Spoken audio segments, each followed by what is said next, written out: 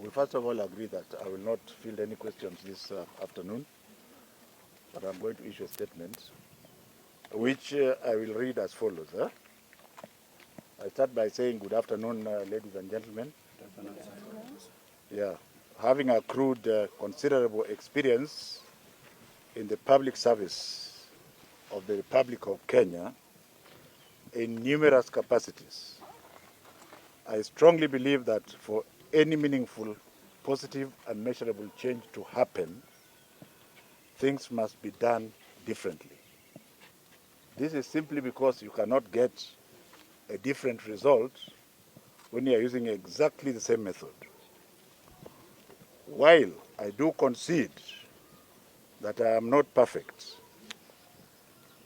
in the process of reforms of the magnitude required to improve the service delivery in the education sector in this country, I also recognize that this process is definitely bound to generate resistance if tangible results are to be achieved. And such results must be measurable results. Ladies and gentlemen, my management style, which has proved successful over the years, is by walking about at the point of service delivery. I will qualify this position by citing a few examples. Number one, chronic absenteeism from the workplace. When I was sworn in as Cabinet Secretary of Education on 26th of March 2019, my first engagement at the Ministry of Education was to physically confirm whether ministry employees report to work at the time expected of them. I immediately realized that more than 60% of the offices at Jogo were empty and attended at 11 in the morning. I then sought to rally the staff and firmly impressed upon them the importance of reporting to duty on time. To monitor attendance of staff to their duties, I spearheaded the installation of CCTV and biometric devices in all entry and exit points. Though it was initially resisted, but within a span of 6 months, cases of absenteeism had reduced to almost zero, and that all top managers now report to Jogo voluntarily at 6:30 a.m. in the morning, a situation which has remained the same to date and which has enabled us to be more efficient and to serve the people better. Number two, chronic absenteeism by field officers. Ladies and gentlemen, chronic absenteeism by field officers has persisted even though significant improvements have improved tremendously. A small number of field officers limit their work to their offices with little or no effort to physically monitor the implementation of the education programs in the field.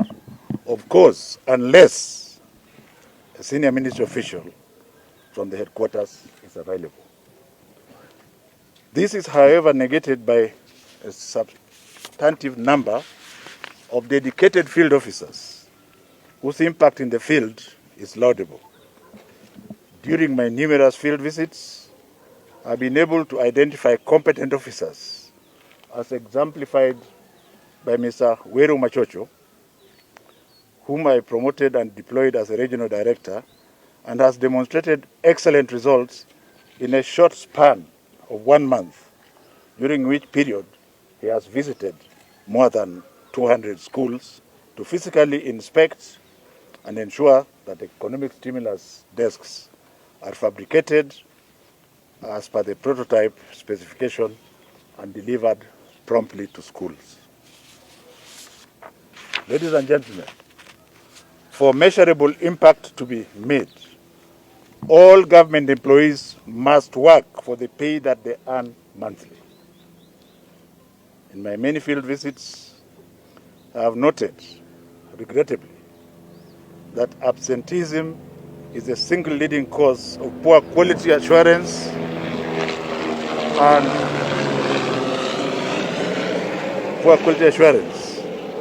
oversight by the ministry. On this concern, I wish to confirm that for as long as I remain at the helm of the ministry, I shall continue to ensure that all ministry employees deliver the services to the public as per their job descriptions. Number 3, field visits. I wish to begin, first of all, by thanking senior officers from the Ministry of Education headquarters and the very effective visits to the field, since they have strongly supported service delivery by this ministry. During my numerous visits, I have observed and made many public pronouncements. Many times I have continuously found our teachers in class teaching diligently and demonstrating that they are hardworking and committed in their teaching. And therefore, I have and hold the greatest respect for our teachers. However, there are few instances when our field officers do not provide the necessary support and superintendence required to these very dedicated teachers.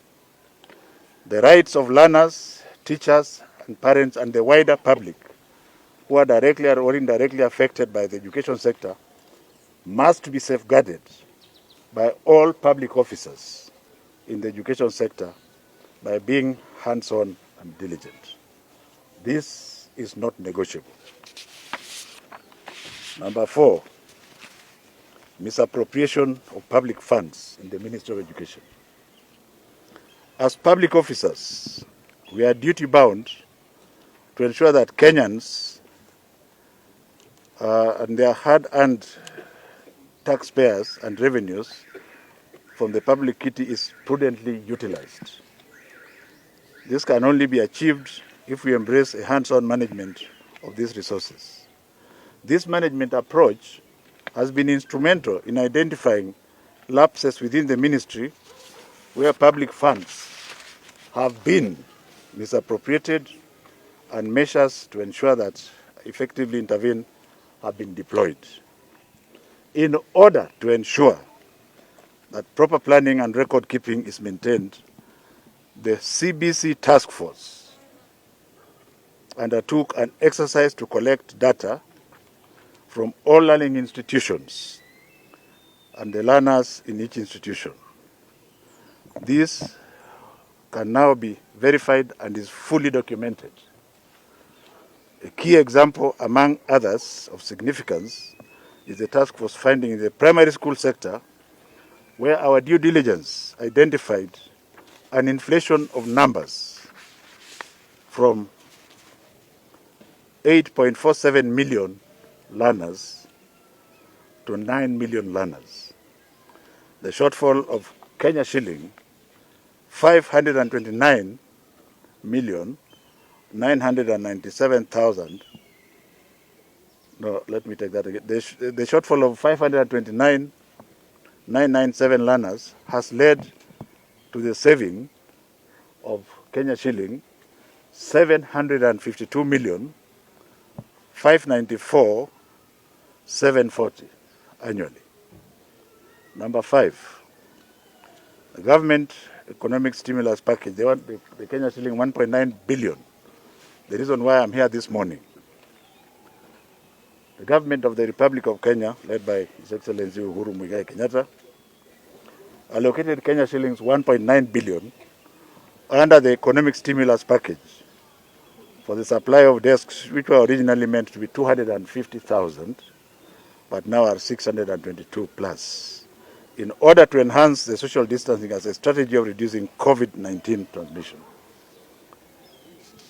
I tasked one of our units within the ministry to develop and cost a prototype. When I did due diligence of establishing the market prices of the desks, I realized that the unit the ministry had done in the first instance was inflated by Kenya shilling 1,700 per desk, which means that only 250,000 desks would have been supplied. The ministry set the prices at 2,500 for the primary school desks, which you have just seen, and 3,800 for primary and secondary school desks, respectively. Due diligence was done under my direct supervision in Nyeri and the Jokali sheds within Nairobi metropolis. The government of the Republic of Kenya, therefore, will now be able to supply 622,157 locally assembled desks to 5,136 primary schools, 359,450 desks, and 5,243 public secondary schools, equating to 262,707 desks and lockers and chairs. Ladies and gentlemen, this program seeks to ensure that our local Jokali artisans, exemplified here by the lady who was the fabricator, she's sitting in the North Pole there, but because of the, I hope the cameras will be able to pick her. She's a Kenyan and she's doing what we want her to do. This program seeks to ensure that our local Jokali artisans and workshops at the sub-county level are supported to uplift thousands of livelihoods and support learners with desks that would mitigate the effects of social distancing in preventing the spread of COVID-19. The process of fabricating and delivering the desks took off in earnest, and when I demanded a report from sub-counties which had delivered desks, I was taken aback when I sought to verify the reports by sampling, by going to some of the stations in person. The first example is in Kakamega North sub-county, where the schools identified that had desks fabricated, delivered, and certified, that there would be 5 schools. When I went to the ground, I only found desks in 2 schools. It is extremely important for the public to understand the genesis of the way we behave. When I went to a school where I had been told by my officers that desks had been delivered to 5 schools, on inspection I only found desks in 2 schools, and those desks were not manufactured according to specification, and therefore we decided to start verifying 100% inspection, which we are doing here. I only found 2 schools, and the desks delivered in those schools were poor quality, not even varnished, and did not meet our specifications. The same was exemplified by Mumias East sub-county, and I've been told by my other officers who have been visiting that this has happened in several other sub-counties. I want to emphasize here that we shall continue to ensure that we give to our children and their parents what they deserve, and to insist that our officers in the field there must go and check. And I want to take this singular opportunity to thank the Ministry of Interior, led by my friend and brother Fred Okengo Matiang'i, and all the regional commissioners, the county commissioners, the sub-county commissioners, up to the chiefs. They have been with us in this process, and that the fact that I have not mentioned them here does not mean that, especially for this stimulus package, it would not have been possible without your involvement. I want to thank you on behalf of government. Ladies and gentlemen, I wish to thank all the field officers who are correcting such anomalies, both from the ministries of Education and Interior and all the other special agencies that are involved in this process, in the effort to fabricate and deliver quality and standards of desks as required by the government to our children. Finally, I want to mention something small about 100% transition. Ladies and gentlemen, the policy of 100% transition, which was implemented in 2018, was only successful this year meaning last year, 2019, through mobilization of all field officers, and both in the Ministry of Interior and the Ministry of Education, working as one government team. The operation was successful because I personally demanded that every education field officer must account for every child who had completed standard 8 and visited all the slums. And we went further, working together with the Ministry of Interior, to even get girls who had given birth 3 years previously and took them back to school. In addition, the Ministry of Interior and Coordination of National Government, headed by my brother and colleague, Dr. Fred Okengo Matiang'i, ensured that all his field officers were always available. Just like now, he has ensured that all his field officers are available because we must work as one government. It's important, before I conclude, that it is now time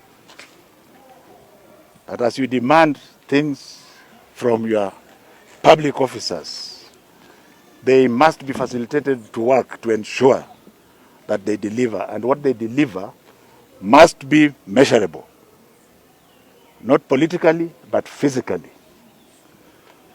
I thank all officers within the education sector for their diligence and continue to persuade the few who are left behind to join us in delivering to the Kenyan child and parent, because actually they are the constant. And I want to state very clearly, for the avoidance of doubt, that unless otherwise directed by my appointing authority, I shall continue to perform all my duties and responsibilities with a zeal and commitment, and to ensure that all officers in the Ministry of Education perform their duties for the benefit of the Kenyan child, parents, and all education stakeholders. I thank you.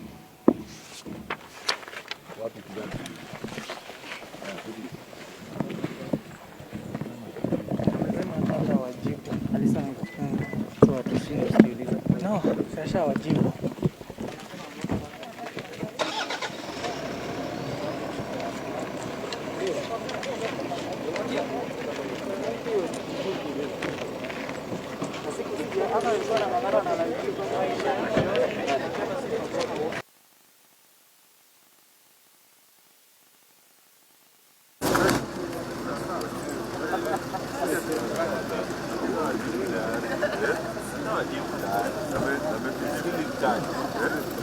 Time.